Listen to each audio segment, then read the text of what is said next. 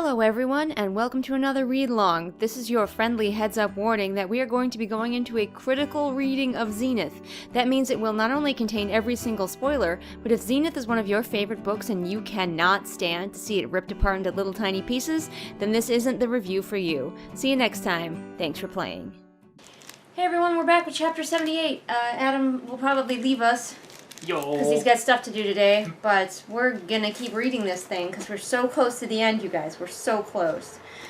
And I'm really worried that nothing's gonna happen. But they're about to go to this fancy party, so we're gonna read all about that. And so they go into the ballroom, and they're like, there's no ceiling in the ballroom so that they can see the beautiful stars or whatever. But, like, isn't everything made of glass on this homeworld? So why would it be surprising that you can see the stars? Andy is shocked and amazed.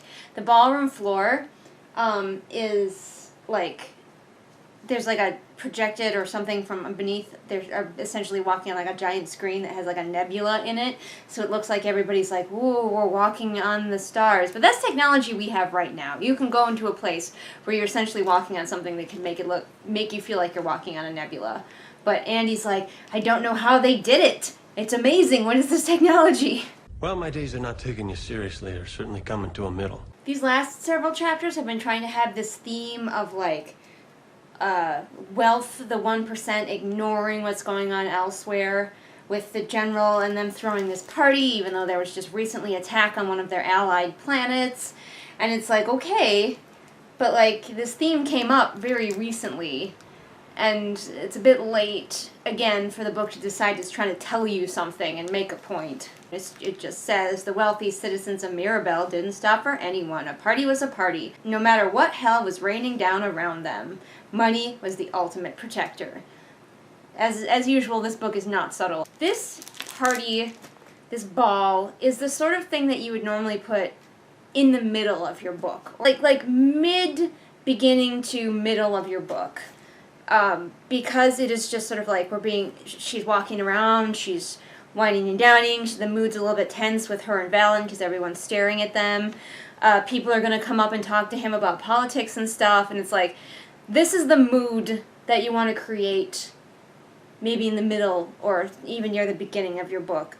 But at the end, I get a really strong feeling that the authors did not know where they were going. And so they were like, let's just have another party where everybody can dress up pretty and talk about politics until the evil queen attacks. That sounds like a great idea. There's no ramping up of tension. It's just, the tension is completely gone for the climax of this book. It's just a party. Alright, so we just ended that chapter with Andy and Valon beginning their dance, which I'm sure will be beautiful, especially since the next chapter is from Dex's point of view, so we're going to get to hear all about how sexy and awesome Andy is while she's dancing, I'm sure. She looks good, but girl's attractive. On to chapter 79, which is from Dex's point of view. Do you think melodic music is redundant? Isn't most music melodic?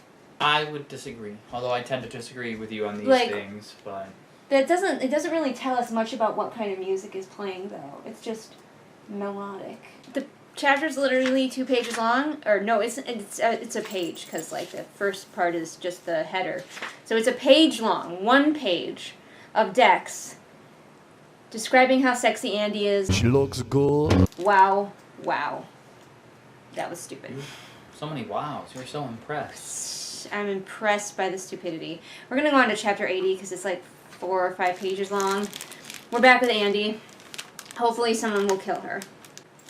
Strangely, we don't get much description of Andy's actual dancing, which I don't know if I wanted or not, but it would have been cool to know, like, what moves she was doing, what dances are like in their culture. All we got was that Valon dipped her at one point, and Dex was really jealous.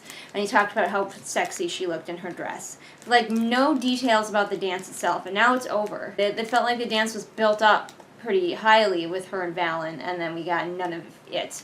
None of their conversation while they were dancing. It was just like, and then they danced, and she was hot, and it is over. Now the general is giving a speech, which will hopefully be the part where the queen shows up and, like, shoots him in the face or something. Here's the thing, just thinking about the general and Andy being disgusted by the general and he's hiding his true self and everything, like, okay.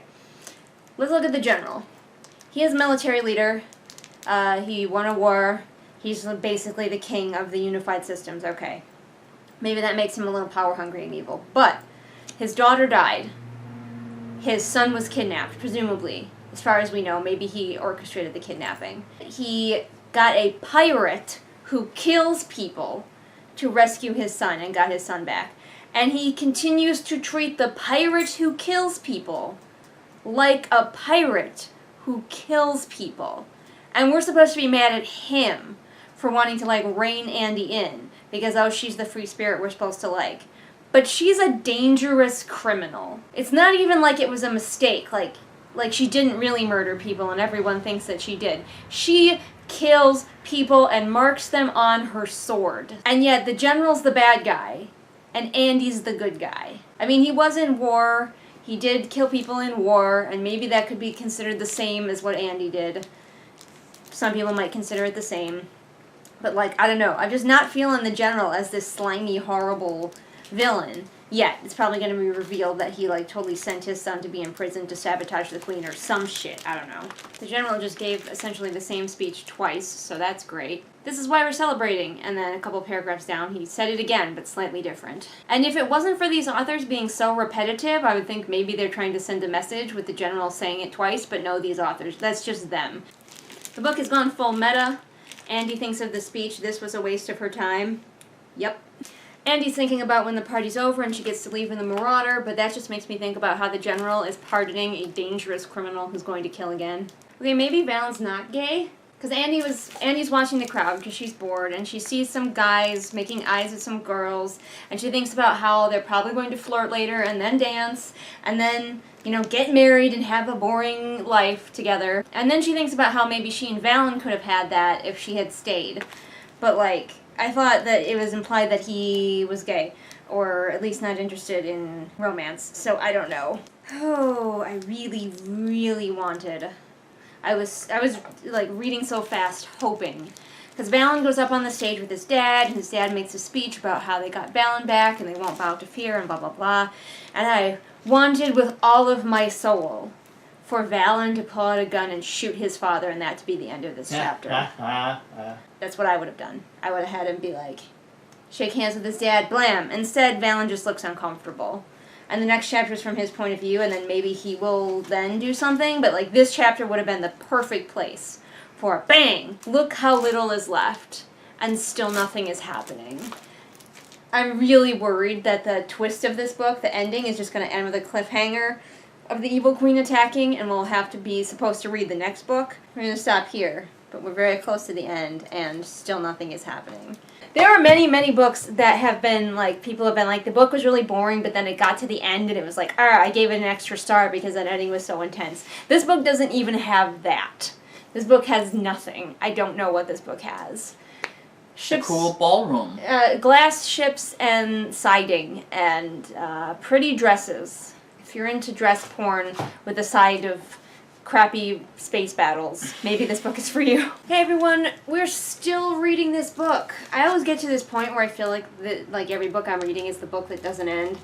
And this one is no different. We're at chapter 81 with Valon. And as you recall, we were at the party and nothing interesting was happening, and Valon failed to shoot his father, and I'm very disappointed in him. So Valon's dad is like introducing him, and Valon feels all uncomfortable. Valon nodded and plastered a false smile on his face, but it was all a lie. Well, yeah, you just called it false. They need all the words, dear. All the words, every word. Do not shame them. Shame them for using all the words that must be used. You know, I'm listening to a Stephen King book right now, and he also uses all the words, because he is a pantser, and, like, he doesn't, I don't think, believe in eliminating scenes, and he can get away with it because he's famous. But, like, even when he uses all the words, you can tell he has the skill to back up his use of all the words. So at least his scenes are interesting, even if you're like, you know this scene really doesn't need to be here. You can still be like, but it was still interesting to read because I like the characters and I'm into it. But this is not that way. These authors do not have that skill. Oh, I think Valon is starting to be activated as the sleeper agent that he is. And he's starting to, like, suddenly he's having memories of when he was in the prison and this beautiful female voice talked to him. So maybe he'll shoot his father at the end of this one, and it was just delayed.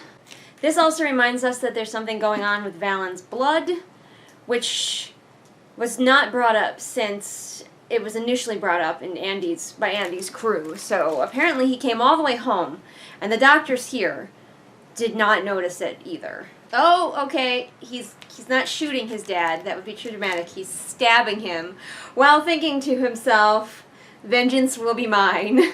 Revenge, revenge is gonna be mine.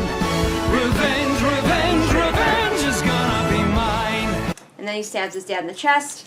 And we're on to chapter 82 with Androma, which is less than a page long. Holy shit. Like, if you put this together, less than a page. Aha, we finally have explosion. So everybody was just waiting for Valon to do his stabbing before the attack happened. So we didn't get the attack in the middle of the dancing. Oh well.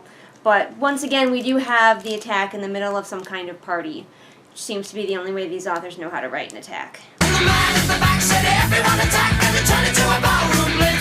All of this violence is naturally making Andy's vicious side come out. It's triggering her viciousness. So she pulls out a dagger that she had previously unmentioned strapped to her thigh. At least I think she hadn't mentioned it. Maybe she did briefly. I didn't think she had. Because doesn't she have both of her swords somehow concealed on her back? Because we had a whole tirade about how that wouldn't work. Mm-hmm. I remember this tirade. But she pulls out a dagger, so I don't know. That's the end of her chapter, is basically Andy being like, oh shit, stuff's going down, I'm going to pull out a dagger for some reason. And now we're in chapter 83, which is Dex, and we're just going to be jumping back and forth, I'm sure. Just like, point of view, point of view, point of view. Except for the next one is Dex again, so I don't know why they changed chapters. But like, it's going to be, these. You know how these authors do now. They're like, point of view, point of view, point of view. We cannot ever, ever not know what all of our main characters are thinking. That would be sacrilege. So Valon, now that he's like in charge, like the place is swarming with evil troops now, and everybody's screaming and freaking out, and Valon, who's totally brainwashed at this point and gone into full zombie mode, is like, stop, and all the enemies stop. And then Andy charges the stage with her daggers, and now the enemies are shooting all of the innocent people in the room and the guards, which, you know, is expected. Okay, the general's still alive, so Valon's like, I need to finish the job, because Andy's like right there, and he stopped her from stabbing him. And he's like, I need to finish the job, and it says, he turned, twirling the knife so that he held the blade like a paintbrush, ready to render death upon his father. How on earth do you hold a paintbrush and a knife in the same way? Like, how are you holding this knife that you're going to effectively use it if you're holding it like a paintbrush? Maybe they're saying that he's like delicately holding the tip, so he's going to throw it into his dad, which I don't know if that's an ability he has, but maybe his brainwashing does that. But like, this is some characterization they did well of making it clear that Valon was a nice boy, except for the brief creepiness when we first were talking about him, but generally was a nice boy who had never hurt anyone. So now that he's acting super out of character and murdery, it's like believable that that's out of character for him. So Andy's like, I'll stop you, and Valon's like, no you won't. And then we're on back to Dex with chapter 85. This is the second time that Dex has been like, this is exactly like Adhira, the previous planet where the enemy attacked during a party. And you don't need to remind us that these authors are doing nothing original, because they've already done it once before. We know, we noticed.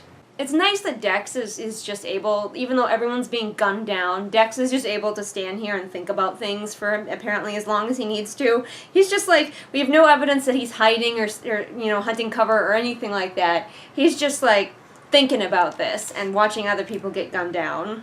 Oh my gosh, this is so like trying so hard to be badass. So Dex looks over to the stage where Andy is fighting Valon, and Valon has managed to stab her.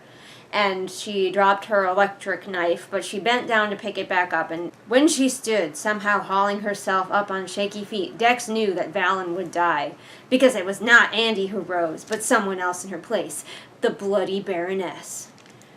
Are we trying to say that Andy legitimately has, like, what is it, associated identity disorder or whatever, where you have multiple personalities? I think it's dissociative identity disorder. Yeah, but yeah. I don't remember what it's called. Are we implying that?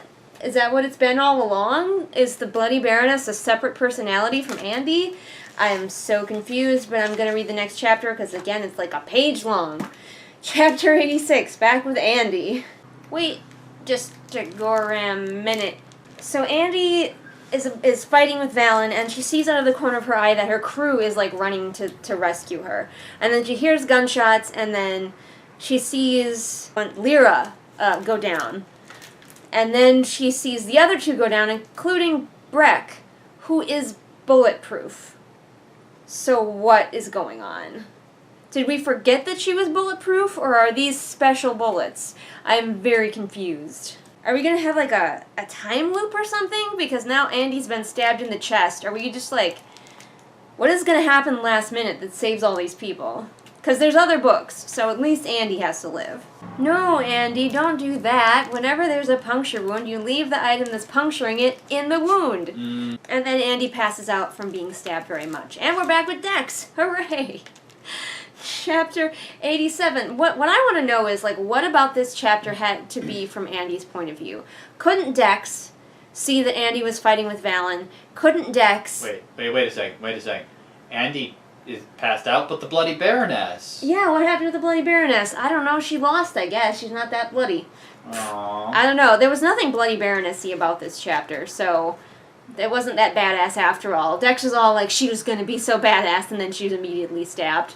But, like, couldn't Dex see her fighting with Valon, and couldn't Dex see her crew rushing to save her and then get shot down? And couldn't he see her get stabbed in the chest? Like, we don't need Andy's point of view for any of this. Dex, who has reached the stage, still not shot. Everyone else is shot or stabbed, and he is fine. And apparently Valon is cool with him just running up to Andy and doing the whole stay with me thing. Everyone else is being gunned down. Main characters besides Dex are being gunned down. He's fine. He's just stood there for a long time watching it happen and then made it to the stage unscathed, where he is being allowed to cradle Andy and be like, stay with me! I think what's going to happen is that they were all being shot, not with bullets, but with this serum that's going to turn them into more zombies for the Queen. Zombies for the Queen. Zombies for the Queen! But does that mean that the only thing that Breck is immune to is actual bullets and nothing else? Like, any other projectile can hit Breck? And so, like, I could literally, like, throw a dagger at her and that would kill her. She can be affected by these, like, injectabullets or whatever they are. It's just very confusing. Also, still don't know why nobody shot Dex, but okay. Apparently Valon is just, like, done. He stabbed Andy and he's just, like, wandered off and is fine with Dex being there, apparently. So he just picks up Andy and starts to carry her away, and no one cares. Is Dex invisible? Ah, yes, and as he's trying to carry Andy away, and instead of, like, hiding her in the shadows, the dead began to rise. So it wasn't real bullets, it was the zombification bullets. Zombies for the Queen. Zombies for the Queen. Alright, I'll read at least one more chapter. Chapter 88, which is from Valon's point of view. A point of view that might actually matter. Evil Queen Noor is now communicating psychically with Vengeance Shall Be Mine Valon. Oh, okay. Of course. Of fucking course. Some people are naturally immune to the zombification bullets, and they're like little anomalies, and they'll just have to kill them. But Valon's like, he saw a bullet hit Andy and knew it hadn't affected her, because of course Andy's immune.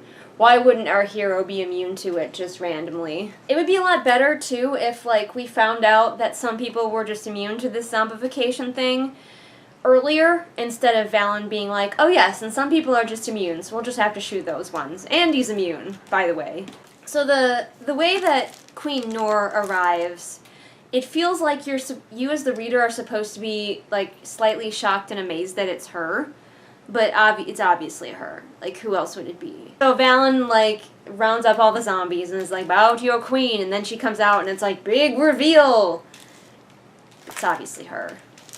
I think I'm gonna go ahead and stop there, and then I should be able to power through the last chapters next time, I think. Hey guys, so we're back. Gonna try to get a couple of chapters maybe before Adam has to leave, because he's gonna go off and do stuff. Because I've heard stuff about this ending now. I did spoil myself a little bit for the ending because I was getting really bored. Sorry. Just a little bit. There's still lots of stuff I don't know. But I know that, like, the ending gets really exposition-y and, like, lots of stuff is like, explained. Also, I learned some things by watching another YouTuber's video. So all of this information comes from him. He'll be linked below in the doobly-doo. But I learned some things about this book, and I learned why it reads like a fucking first or second draft, and that's because it is. according to the information he gathered, I have done none of my own research. These authors were, like, they're very popular, especially the one who's more popular on YouTube. So they're very popular, and they were just gonna, like, write this book for fun, and they were just gonna self-publish it, and they were just gonna, like, it was gonna be fun. It's the YouTuber's first book ever, you know, it wasn't gonna be a thing.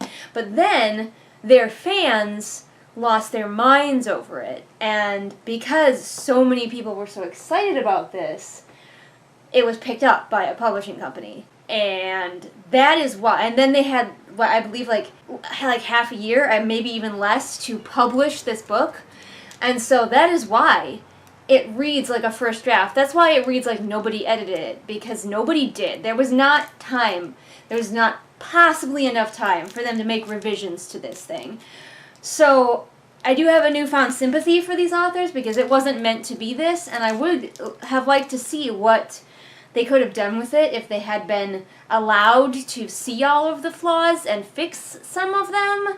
Like, the themes that they were trying to have with this book maybe could have actually been true working themes if they had been allowed to do it. Because, like, think of how horrifying that would be if your first draft got out for the public to read and was published. Like, what? I do feel a lot more sorry for them, and so now it will not be the author's fault when we yell at stupid stuff in this book. It will be the publisher's fault. Books take a long time. If you're, like, pressuring your favorite author to get the next book out, just, like, settle the fuck down. Books take years. You don't just write a book and it's done. It takes a long time. So that's what I learned. It's kind of horrifying. I see. For the poor authors. I mean, they're not that poor, obviously. They're still wildly popular, and even though they wrote a shitty book, like, nobody stopped liking them. Their fans still like them. Now let's get on to reading chapter 89, which again is like a page long. So one of the things that was confusing me, and I found out, I got spoiled for me, in the previous chapter, Valon was referring to Queen Noor as his sister, and I thought that was because she had, like, brainwashed him and he was hallucinating that Kaylee was there. But no, they are siblings. And once I found that out, I got really excited, because I'm like, is Noor Kaylee? Did she survive the crash after all and became an evil queen? And I was trying to figure out ways that could possibly work, which it really couldn't, but she's not. So right away in this, just the first paragraph, we get the exposition that we need of, like, they're siblings, and she tortured him to unlock his latent, like, psychic abilities, like what she has.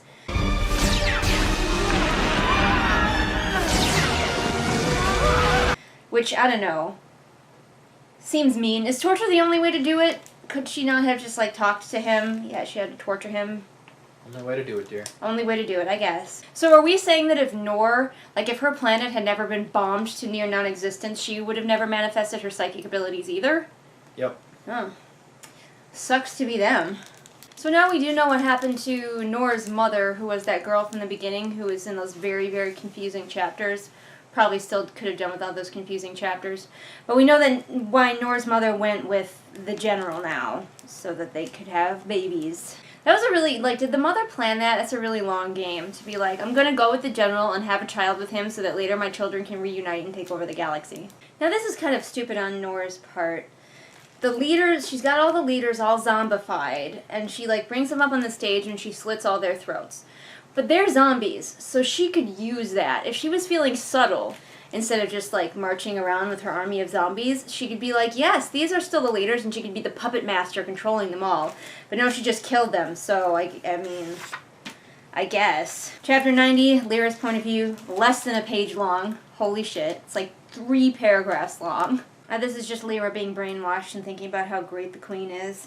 Well, one thing that I was thinking about, kind of knowing the sibling twist now, was Valon, and how, like, who really is Valon? What is his real personality? Because, like, you remember at the very beginning when we were just, like, talking about Valon being in the background of what Andy and Kaylee were doing, how he seemed kind of creepy and, like, not good at social situations and stuff, and, like, kind of, I don't know, creepy is the word for it. And then later, when we, like, meet him after they rescue him, he seems really nice, and, like, Andy isn't weirded out by that. Like, she seems to think that he is nice.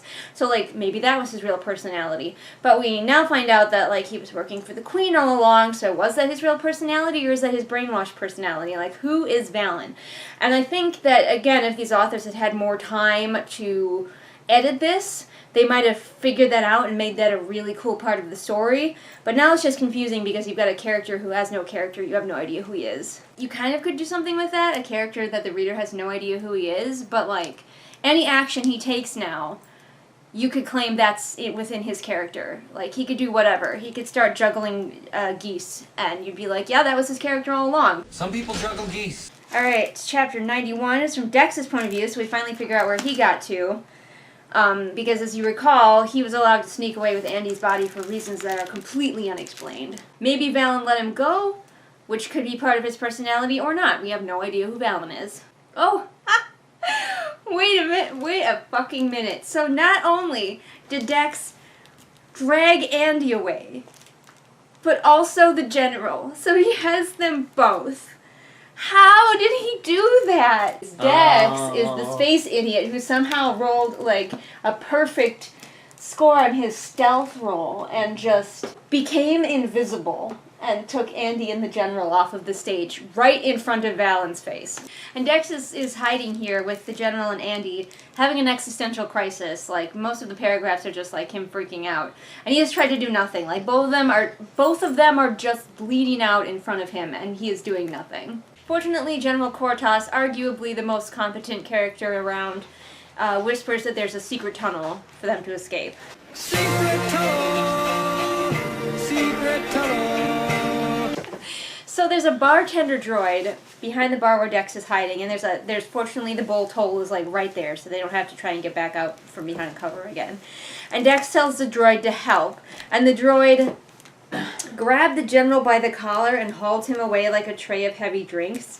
Like, there's no like way that I can think that you would handle drinks and a human body in the same way. So all I can picture. Okay. So he's one of those. Lean into the frame. Stereotypical villains with a really high collar, but it is so starched and so stiff that you can just hold it there and it'll hold the whole general's body upright. So it's like upside down, or like what are you thinking? It could be upside down, but I was thinking just that the collar, It's the so popped starched. collar is so starched and stiff that like he's just holding, like he flipped the general's lying like this and he's just holding the collar. Oh. And like his thumb is probably like tipped over the edge to keep the weight balanced, but he's a droid, so like the thumb can hold the weight, and the collar is right here, and then the general's just like bloop. Any way you slice it, the description of handling a human body like a tray of drinks, like all I can picture is the droid holding the general up over his head, which again is very like distracting, and you'd think the enemy would notice that, but don't think that's what they meant. They just didn't think about like. When you write stuff in books, people tend to picture it, and sometimes the picture is really absurd. Apparently no one else is around, so Dex just drags them, with the help of this server droid, all the way to the Marauder, and they escape, and that's just fine. Dex is, like, simultaneously super competent in that he literally stealth moded his way up there and grabbed them both right out from under the nose of the enemy, but at the same time he is staying in character as the space idiot that he is by, like, not trying to, like, stop any of their bleeding or anything like that, and, like, the general having to tell Dex what to do. So, ultimately, Dex, at least, is very in character. And we're gonna stop because Adam is leaving, as you just heard the door slam. So, we're gonna come back next time for whatever happens next. Everyone, we're back on this dreary Sunday with tea. And Adam burping. We're hanging out in our jammies, and we're gonna try to finish Zenith. That is the goal. That's the goal. We're gonna just try to power right through.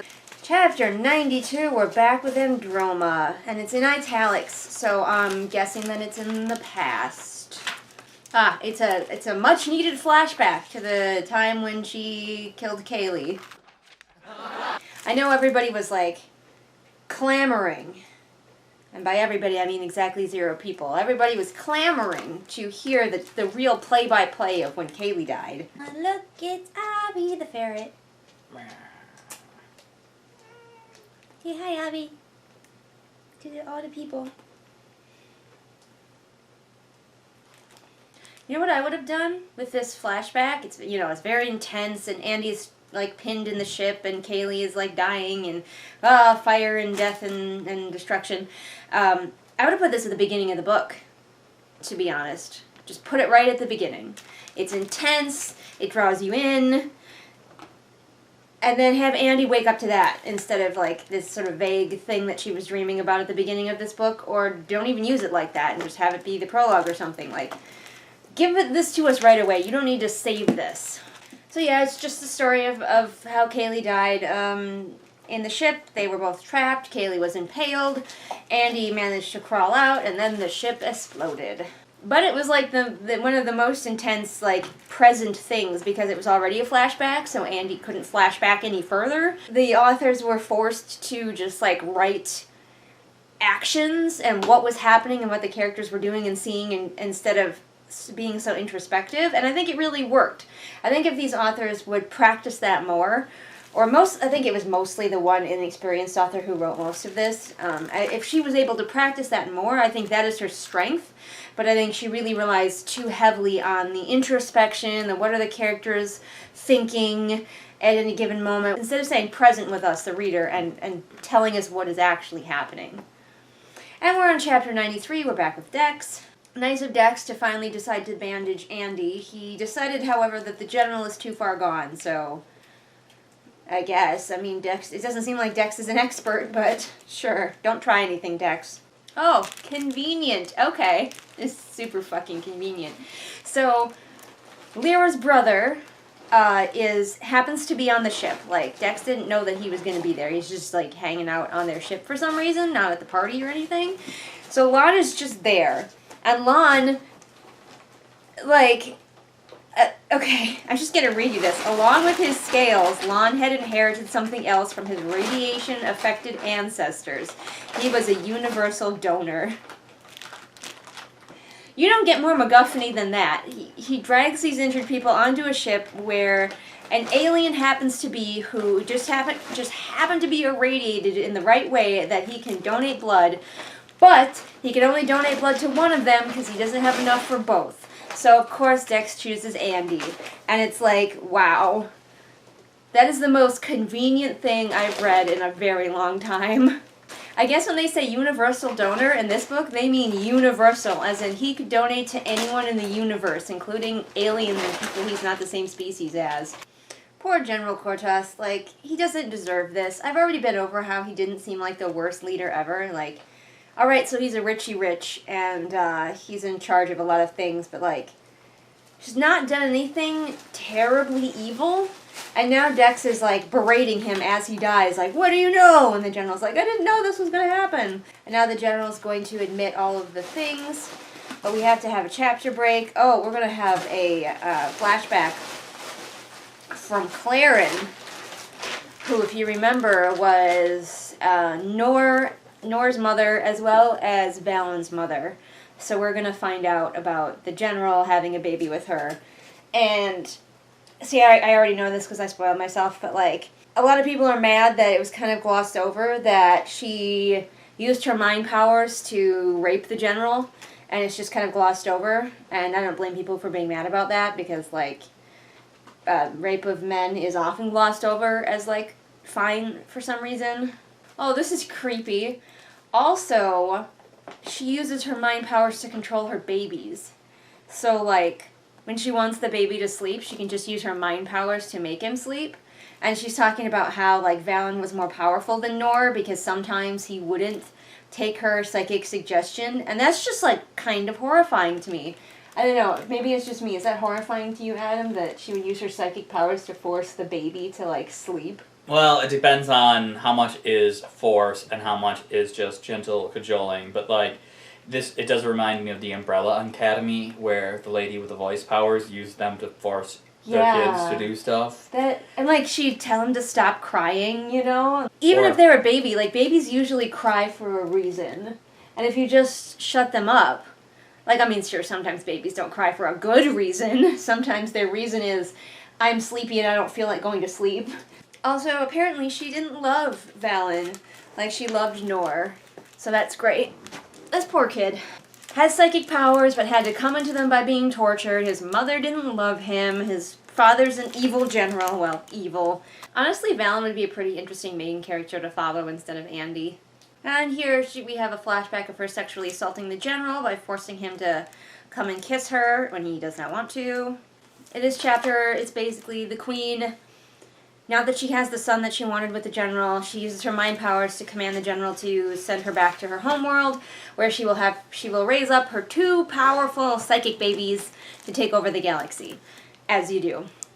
Chapter 95, we're still with Claren in year 30. Like, that was year 26, and now this is year 30. No. There's tea and things for you to spill. No. Yes, ferrets don't like to be told no, but you're going to have to. You know what you want to do up here? You're going to jump to the table and try to spill all of our things. No. Don't give me that look. Go play with the doggy. So I don't know why this took 4 years, because in the last chapter, which was 4 years ago, the queen was begging, or using her powers or whatever to get the general to take her back to her home planet. And then 4 years later, he finally is, but of course it's a double cross. And he's making her watch as they like blow up her home planet or destroy it or whatever. And I don't understand why there was a 4-year gap. What did that do? They traveled very slowly through space. A very slow trip. They also talk a few times about the conduit, the swirling, faraway conduit, and I don't know what it is. I'm thinking maybe a black hole. I don't know. It's probably going to come up more in the second book. What is the conduit? It's probably a wormhole type thing. FTL, but as they are not sci-fi people, they're coming up with a name for it all on their own. And like, they chose conduit. So this is very Star Wars, because the queen is standing on the ship being forced to watch her homeworld be destroyed, just like Leia and Alderaan. And also she's sending a psychic message to her daughter on the planet, being essentially saying there's another Skywalker. And then he jettisons her into space. I mean, fair, she was mind controlling him and sexually assaulting him for many years. I don't know how I feel about, like, the end of this book. Just kind of forgot about our main characters, and it's all about these 2 villains, and, like, this very, like, morally gray thing that they're doing. Because, like, the general we're supposed to dislike, I feel like, even though he demonstrably hasn't done anything that's that bad, except for hunting Andy, who is a criminal. Both of these people are kind of, like, sympathetic and evil at the same time, and there's a lot you could do with that. I don't know if it's necessarily great that it's happening at the last 30 pages of a book that wasn't really about these 2 people until right the fuck now. Like, we had flashbacks with them and stuff, but none of this was ever really hinted at earlier in the book. Again, if this book had been edited, it probably would have been a lot more even. And we're on to chapter 96, which is from Noor's point of view, also in the past. These last 3 chapters have all been in italics. And it's Noor. I think we've already seen this scene earlier, of her, like, in the rubble of their homeworld after they were bombed. But this time, we have the added information of the psychic communication that she had with her mother, which we didn't get when we saw this scene earlier. Which does bring up a pet peeve of mine, which is that characters have knowledge that they never share with us, the reader, when we are in their head, and they know this. Like, Noor never hinted that she had a brother, even though we were in her point of view many times. And I hate when characters that should inform the reader of something don't, just because, like, it'll keep it, you know, mysterious for the story. Aha, this does explain, that's a giant kitty, this does explain, finally, why when Valon was being tortured, he was able to just tell them to stop. You guys remember that was really weird, where it was like, he just said stop and they did, Jane? It's because that was the moment he came into his psychic powers, and he was able to be like, stop, and psychically compel them to stop. So, finally we get an explanation for that. And again, it's very Star Warsy here. You will join me, brother, and together we will take back the galaxy. Thanks, Darth Vader. Alright, chapter 97, Valon's point of view. It's a little bit creepy how Valon is thinking about his sister. It's almost like he has a little bit of a crush on her, and that's creepy. Yeah, he's thinking about her subtle curves and her hair, and that's not how most people think about their sisters, at least. Generally speaking, no. In my personal experience. I don't know, if I was Valon, like, okay, she helped him come into his psychic powers and figure out that his dad was evil. But if I was Valon, I would still be pretty upset with her for, like, torturing him rather than talking to him. Rather than explaining before the torture, hey, you're my brother, you probably have psychic powers, let's figure out how to, like, unlock them. She just threw him in a prison cell and tortured him for years. And if I was him, I would be salty about that, no matter what she did for me afterwards. Unless they're saying that she also awakened his genetic predisposition towards evil. Valon is also thinking about how he can never forgive Andy for killing Kaylee, even though he totally forgives Noor for torturing the crap out of him. So, okay. What does this even mean? Revenge did taste sweet. It tasted like justice. What does that even mean? Captain America. It tastes like Captain America. Okay, apparently the general didn't even do any medical, like, scanning on his kid ever. Because, like, Valon is like, thank goodness that Andy never mentioned his weird blood to the general. So, like, apparently Valon came home and got no medical treatment whatsoever. They were just like, he's fine. But Nora's like, will the Bloody Baroness be a problem? And Valon's like, no, she's dead. So apparently he did not notice Dex at all. And it's just fine with the fact that she's just gone. He's not going to check. Justice tastes like egg rolls, apparently. Egg rolls? Yeah, there's a brand of food that's Justice, and that's the brand. And they produce egg rolls of different sorts. Justice sounds delicious. Alright, chapter 98, Dex. Oh my gosh. Okay. Sure.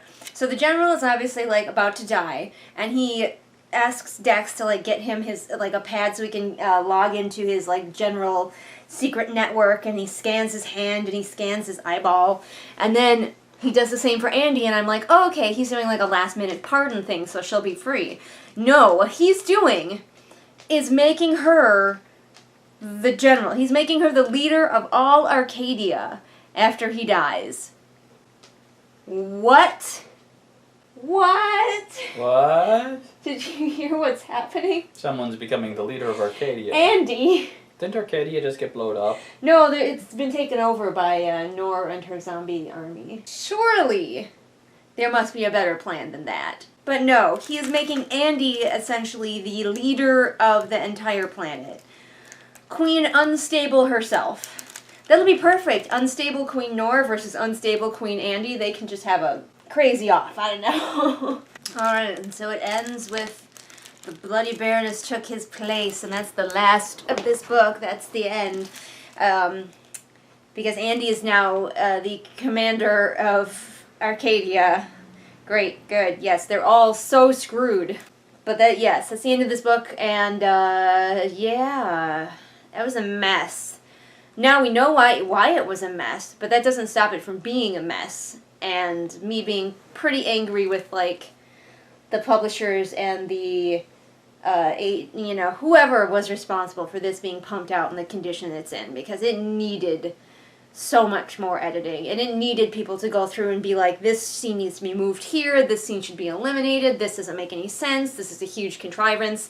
All of that, somebody needed to go through with a very firm hand. There are so many plot holes and things that just, like, happened, and, like, things that I know are going to come up in the next book, like Alfie being destroyed and Andy, like, grabbing his memory chip, because I'm sure that's going to come up later. But, like, all of these conveniences, like, why did their ship crash? It was never, they never figured out why their ship crashed. They were just like, it was probably sabotage, but they never found out for sure. There's just so much nonsense in this book. The earlier chapters with the Queen before Noor, whose name I keep forgetting, they were confusing. I'm not articulating it well, but my thoughts on this book are that it was a mess. And I understand why it was a mess, but it was still a big old mess. Do you have any final thoughts on this, Adam? Any review of your own? I wish it would have gotten through more thorough editing, because as they are inexperienced sci-fi people, and it would have been interesting to see what unique and original sci-fi stuff they would have come up with if really pushed to keep a well-knit story. Mm-hmm. So we could have gotten something more than dashboards and Siding. siding, yeah. This was published by Harlequin Teen. Harlequin is not a sci-fi publisher, really. It was probably just a fast publisher, one that could have the quickest turnaround, is my guess, for this book.